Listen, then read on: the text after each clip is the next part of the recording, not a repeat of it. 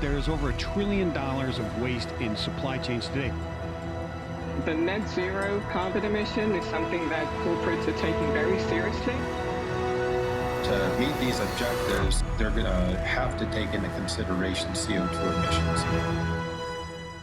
Hi, and welcome back to this week's episode of Net Zero Carbon. I'm Tyler Cole, your host, and this is our show at FreightWaves where we deep dive on decarbonization, typically looking at freight, fuels, and energy and how they're working to impact decarbonization across the industry.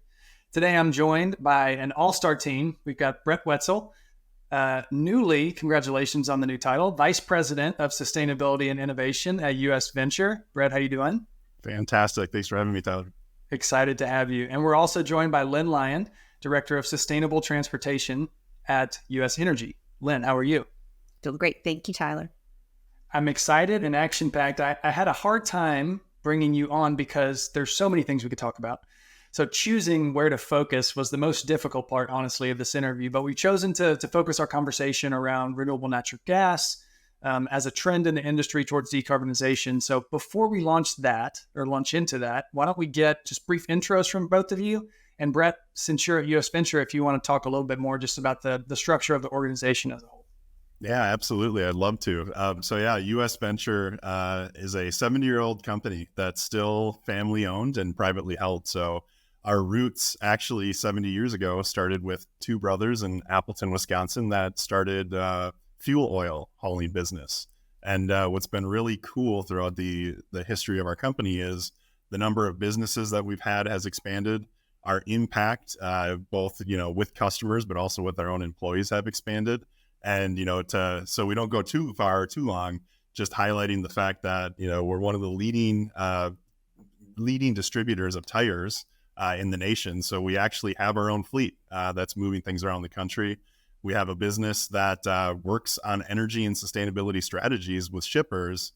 And then most exciting, part of the core of our company and those roots is really in our US Energy division, where we're really moving around refined products, biofuels. And with Lynn on board, she's the best person to talk about some of those alternative energies as well. Awesome. Thank you. Lynn, do you want to share a little bit about your role and more about US Energy? Sure.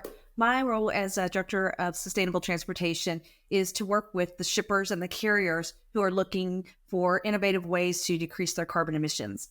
And it's nice to be at a company like US Energy where we come at it for what we call a polyfuel approach. So we're happy to meet the companies where they are for their application. So if you're moving potato chips, maybe electric is a really good option for you. If you're moving asphalt, maybe you're going to need a hydrogen fuel cell, or you're going to need a different kind of application solution.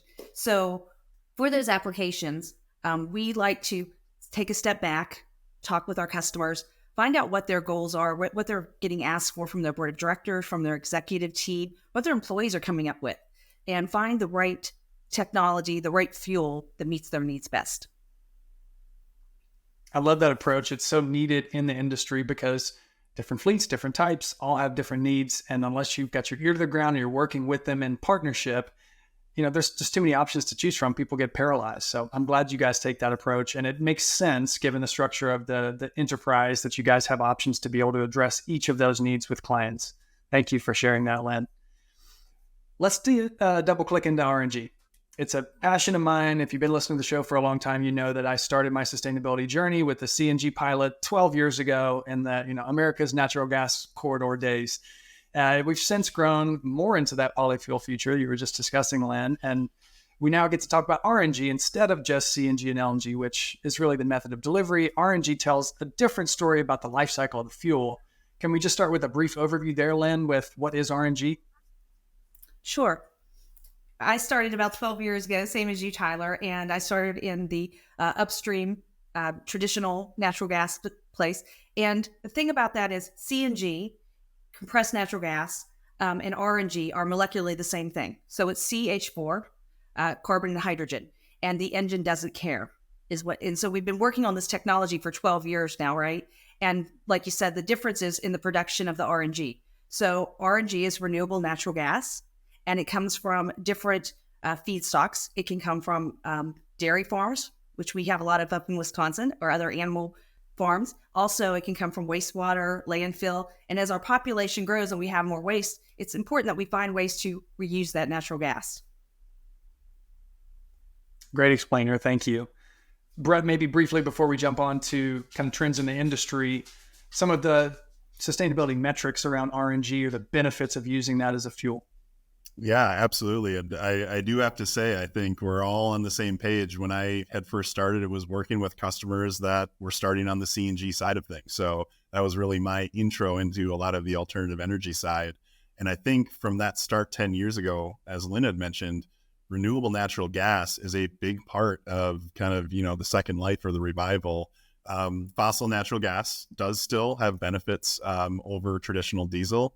But, it's amazing the types of carbon reductions we can get, even from landfills, being able to capture that gas. You're talking usually about 50% reduction. And then when we get into our dairy projects, as some may know, you can actually start getting to negative scores because unfortunately that manure left on its own is methane that goes up in the atmosphere, which is much, much more potent than carbon dioxide. So you're talking about the ability to get into negative scores because we're really capturing that and finding a better use for that methane that would otherwise be released.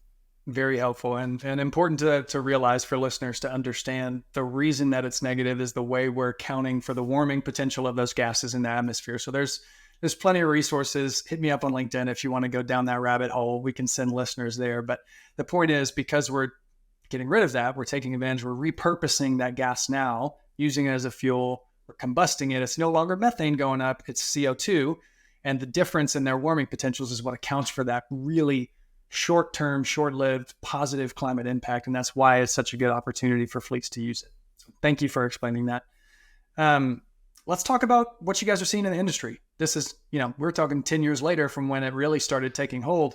How have we seen the adoption of natural gas engines and specifically the adoption of RNG as a solution for fleets evolving? Well, one thing I'll share from my experience too. So when I got started, I was on the fleet side. So I was converting my fleet. I worked for one of the largest oil and gas producers in West Texas.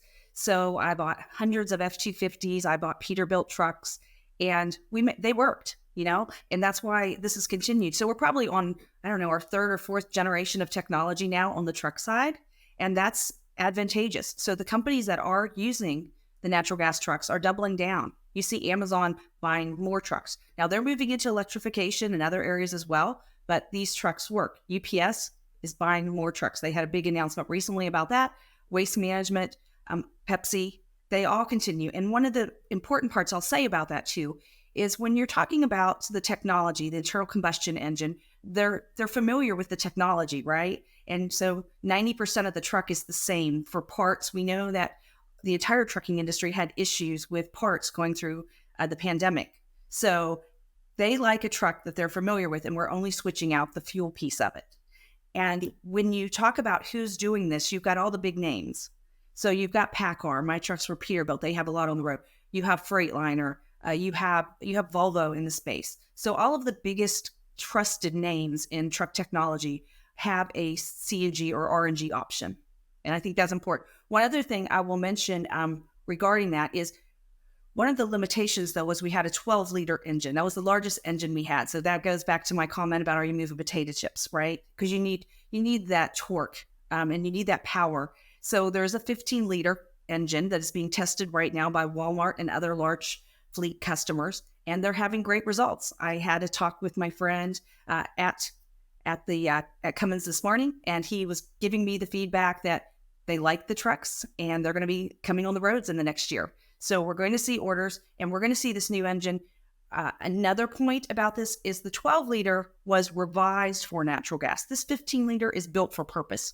So it is optimized for natural gas. I think we have a strong contender here in the alt fuel space with the Cummins 15-liter engine. The market has been waiting for it, and we're all ready to see and learn more about how this is going to make an impact, and especially as we go forward and understand the amount of fueling stations that are already open. So that's where the infrastructure piece comes in. When I talk to people about electric trucks, they like the trucks. I mean, they like the technology, but it's the infrastructure is the problem. So when you talk about making an immediate impact. This is why companies like Amazon are doing this. The infrastructure is out there. So we have over 1,500 stations across the country that people can fuel at. And it's very similar to how you would fuel timing-wise and everything else with a diesel truck. And 50 of those stations are owned by U.S. Energy. So we're in the business. We keep them open 24/7. We're supporting these large fleets that I mentioned, and we're adding more. I'm working on 2 new station builds right now. That's exciting. You touched on so much there that I want to make sure we resurface around. You already front ran me a little bit on the EV comparison, because that's an important distinction, as everybody's talking about it in the market. And if it feels similar to when we were all talking about 10 years ago, when the 12-liter and others were first coming out, you had more of the infrastructure problem then. But through adoption, we've seen that infrastructure today is more widely available. And so you can kind of plug and play these fleets in many cases. The fueling piece, though, around the infrastructure, when we're talking about the differences between RNG and CNG, I think is interesting for listeners to understand exactly what you said earlier. There is no difference. It's the same molecule. You're going to go, because we have a common carrier network of natural gas pipelines in the U.S., you put it in North Carolina at a pig farm, you can claim those attributes in California. And that's happening today very frequently. So talk to me about how fleets, yes, we can go to the OEMs, we can get these trucks, we can work with station owners like you and get the fuel. How do we contract or start to think about making sure we can deliver the RNG environmental attributes to customers? Is that a separate procurement process, or how does that work? Yeah, and, Tyler, I think the interesting part is that's a bit of a work in progress. But I think even taking a step back from there, I think one of the really interesting things that we're seeing is, the sustainability was kind of kept separate from it in the past. And I think most recently what we're seeing is when sustainability and transportation are coming together, that's on the shipper side, that's on the carrier side, you start to put the pieces together to realize, hey, we can capitalize on those emissions attributes. And, I think for me, what we always see, whether it's on our own internal sustainability at US Venture or with the customers we work with, it starts just by understanding the acronyms, right? Like, you can talk right past each other, sustainability and transportation folks, but just getting that same common language is an important piece to it. And then I will say, from the emissions attribute side, that is continuing to be a developing space for it. And I think everybody that's listening, and for sure the 3 of us, recognize that things are going to get more complex and not less. So when we're working with customers, we're helping them understand the carbon intensity and emission side, how that can translate into sustainability reporting, but knowing that that's going to be a much, much bigger space in the future. So we continue internally at US Venture, but also with our customers, to try to best position them to capture those elements. And it in some cases can be really easy. In other cases, there's just a lot of things that we have to work through to make sure that the reporting works for the company and that works for their frameworks that they're using. Yeah, you were talking about acronyms, and when you talk about acronyms, you have to think of LCFS, so low carbon fuel standard. And so when you're also saying that it's easier in some parts of the country than others, on the West Coast, we're able to move those environmental attributes a little easier. And we're seeing movement across the country where there's an interest in this, but we're learning one state at a time. And we do have experts at our organization who understand how to work with the EPA and document those pathways. You have to prove out where that gas was produced and how it was injected into the pipeline, and that there is a pathway that it could get from that farm in Wisconsin to that vehicle in California. So we do work closely with that, and we have experts who are staying on top of the trends and the regulations and the incentives, really, that the government's promoting. Important to call out and to give listeners, I think, a deeper understanding of the work that goes behind the scenes to promote and preserve the veracity of these fuels, that there are experts and scientists looking at this to make sure that we're not just selling a green dream, but we're actually doing something that positively impacts the environment. So thank you for calling that out. And Brett, you mentioned this, and I'm guilty of it all the time, of maybe speaking because I'm entrenched in this world, just blasting ahead with acronyms and not stopping to appreciate meeting the audience where they are. And many of our listeners are just starting their journey. So talk me through a decision process for fleets that aren't currently using these CNG or RNG trucks, but want to. Where do they start? Who do they work with? What's their end result that they need to be building towards? Well, I'd say talk to somebody like us who doesn't push a certain technology or a certain answer, that kind of steps back and does a little consulting to understand what the application is, right? And really to understand how it plays into your organization's larger goals, because we can introduce you to the companies that are producing the trucks. And I will say this, it always starts with the truck. Sometimes people used to say chicken or egg, but that's not true. If you buy trucks, someone will build you infrastructure, and you want to do that in parallel.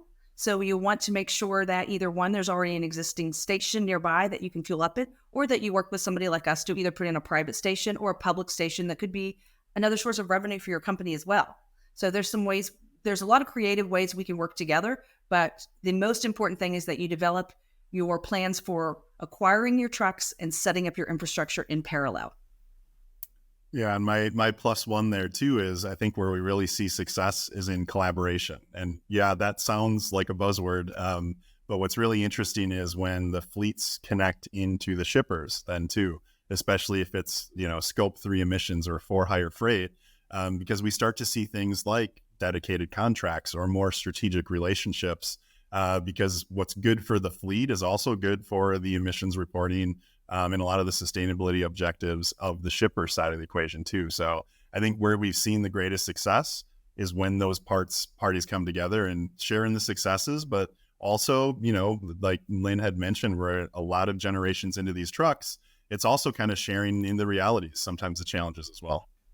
Very important to call out. Shippers want that emission reduction. That's why we're having a lot of these conversations. Shippers want to come to the fleets and find a partner to help them with their value chain that they don't control. But the holdup often is, in my experience, shippers need help understanding how to account for that, how to work with fleets who can get them that data. It's a lot harder to transmit emissions data, or there's additional steps, I should say, to transmit electrification emissions data, right? We're just now starting to figure out how to track that electron upstream and be able to report it. Natural gas is a little bit easier. You do have meters, you do have a book and claim mechanism that's in place in markets like California, Lynn mentioned. So you can be a little bit quicker to provide that shipper the data they're looking for. So thank you for highlighting the importance of that, because that's why we're having the conversation with shippers in the first place. And speaking about the shippers, one of the things that's interesting with that too, is people are trying to get closer to an answer, is looking at not only collaboration, but sharing the risks and sharing the costs of these alternative fuels. So you have to, people that want to make this work, make it work. And they go into it knowing that they're going to have to make some people, process, technology changes. And if you get a group that's collaborating, saying, hey, let's figure this out together. Join a group like NGV America, which is the trade association that has members from all of the truck manufacturers, as well as the fueling partners and the largest fleets. You'll get a group of people that'll help walk you through this as well. And they'll say, this is what we learned. This is the changes I had to make to my maintenance facility. I've found that my drivers really love these trucks. That's the kind of feedback that really helps you get a jump start when making a change. Good feedback. And you're right. We do have a decade of experience in many cases to draw upon. So you can talk to people who have run these trucks now. It's not as new as other options that are being put forward in the market right now, like EVs, which, as you say, are still great trucks. And they've got a big learning curve and a cycle. And natural gas has kind of been through that already. So what do you say to somebody who's evaluating both? And can you draw any comparisons in the drawbacks? So as an example, natural gas, you mentioned maintenance. I remember for the longest time, not only was the 12-liter underpowered, but we've got to train our staff on the maintenance process, and we might have to upfit our shop and do some of these additional things. What are the complaints that are similar between those two fuel technologies, and how do you see natural gas has already addressed some of those? Well, I think one of them is obviously costs, right? So natural gas, if you're doing a heavy duty engine, you're talking about maybe a $55,000 delta from a diesel truck. So all trucks are getting more expensive right now. And that is a trend that started during the pandemic. But the natural gas piece, you really just have to do the hardened valves and seals and the tanks. So it's not a big change. So the expense part is one of the big comparisons. Another point I heard when I was in California recently, a gentleman in the Santa Monica area was talking about his bus fleet. And he said that the government is willing to come in and give them significant grants to get new buses. He says, however, they only go half the range. And he goes, that's fine. I can revise my routes, but I'm going to have twice as many buses. Who in Santa Monica is going to give me space for twice as many buses. So these are some of the things that we're running into, regarding space. And then the infrastructure piece, I think it's a little bit easier because of our pipelines in the country and our natural gas network to get the infrastructure set up. We could probably get infrastructure set up for somebody in around 9 months, I would say, is the average right now to get something set up. And it's taking longer in some areas for the electric infrastructure. So those are similar challenges we had, and we had to figure that out. With the reason we can do it in 9 months is we learned how to work with the utilities. We learned how to work with the fire wardens in the area and get everybody comfortable with it. Anytime you're making a change that involves something that's high energy like this, there are risks, and people have good reasons to ask a lot of questions. And we've already answered a lot of those questions, or we're prepared when we go into a new area to have the discussion. We know who to reach out to, and we know how to work with the groups. And they're just at the beginning of a lot of those conversations with electric vehicles. Excellent explanations. Thank you. Talk about the fuel side, though. Is there a difference in procurement? Everybody's figuring out how to start paying for electrons to charge their fleet. That's very new. Natural gas has been around for a while. So is there a more standard procurement process, and maybe even specifically for RNG, if those attributes are a piece of that that's different from historical CNG or LNG purchases? Yes, we sell volume contracts, and we also set up cards to be used at our stations. So there's a variety of ways that you can purchase natural gas. And when you are making the purchase, you can determine if you want to pay for RNG. And depending on where you're in the country, you'll get a different price for that, and you'll have different motivation for doing it. But yeah, we have the ability to do that. And increasingly, it is RNG that is being fueled because of the way that's been redistributed into the transportation sector. In California, it's over 90%. Across the U.S., it's over 50%. So every day we see a higher volume of RNG going through the pipes into the vehicles.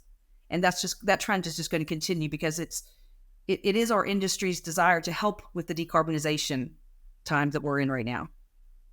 Exciting. Can you give me a flavor for price profile for diesel versus RNG versus CNG versus electricity if you have it? We don't have to go with that, but I think that's an interesting comparison for listeners. And obviously it varies by market and region. So in California, it's going to look different. Maybe outside the rest of the country, what does it look like non-California CNG, RNG?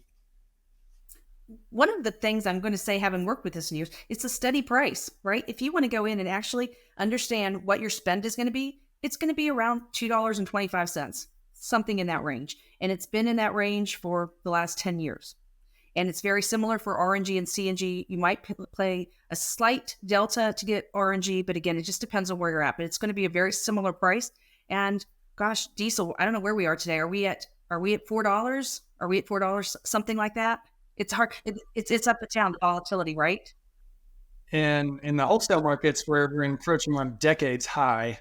Yeah, and that's amidst the shortage. It's getting very tight. Yeah, and that is the interesting part too. When we do talk with fleets, talk with shippers, is there's, like Lynn had mentioned, there's a bit of a natural hedge. And granted, some things can move the natural gas price, but talking in percentages is really difficult because CNG is fairly steady, fairly certain for a budget, and diesel, I think we've all experienced, even looking at gasoline pumps in the last 3 years, just how volatile that price can be. Good point. Well, you mentioned that $2.25, that's on a gallon equivalent? Yes, a gasoline gallon equivalent, or a diesel gallon equivalent, I should say. Yeah, so about $2.25 for a diesel gallon equivalent.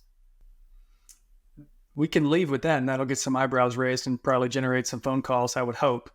So just to recap where we've been: proven technology, affordability, decarbonization potential. It's checking all the boxes. It's available almost everywhere. I would encourage my listeners, when you're considering decarbonization options, as Lynn said at the top, it's a polyfuel future. You've got to figure out what works best and evaluate all options, and then go with what your customers are willing to pay for and what your employees want, what you guys can just do something, is what I'm encouraging people. But don't forget RNG, because with this new 15-liter, I think we're going to see a lot more interest coming, especially in the heavy-duty market, and I'm really looking forward to that. So thank you both for the insight. I ask every guest that comes on this show the same question. I'd love it if you would answer. What's your personal motivation for embedding sustainability at the heart of what you do on your day job? Yeah, I'll start on that. So I've been with US Venture for 10 years, The 5 years before that, I was actually a high school math teacher. And when I started moving into the business world, working with that first company, trying to figure out with CNG, I could tell that there was that feeling of making a difference. And, that can seem like a really high level ambition, but I think it's the fact that sustainability and our operations can be an and really striving towards that. So it's not considering them both separately. That's really where a lot of my passion and drives comes from. Awesome. Thank you. What about you, Lynn? Having worked in this space for 12 years, I've seen the success. I've seen it one truck at a time, one fleet at a time. I've seen us work through this and make progress. And we're really having an incremental impact every day. So it's not zero emissions, but the impact it's having is significant. And I'm very proud to be a part of that. Excellent. Admirable. Thank you both for joining me. I look forward to hearing about future successes and growth of this specific piece of the market as we all work towards decarbonization. Have a great afternoon. Thanks, Tyler. Thanks, Tyler. Thanks, FreightWaves. There is over $1 trillion of waste in supply chains today. The net zero carbon emission is something that corporates are taking very seriously.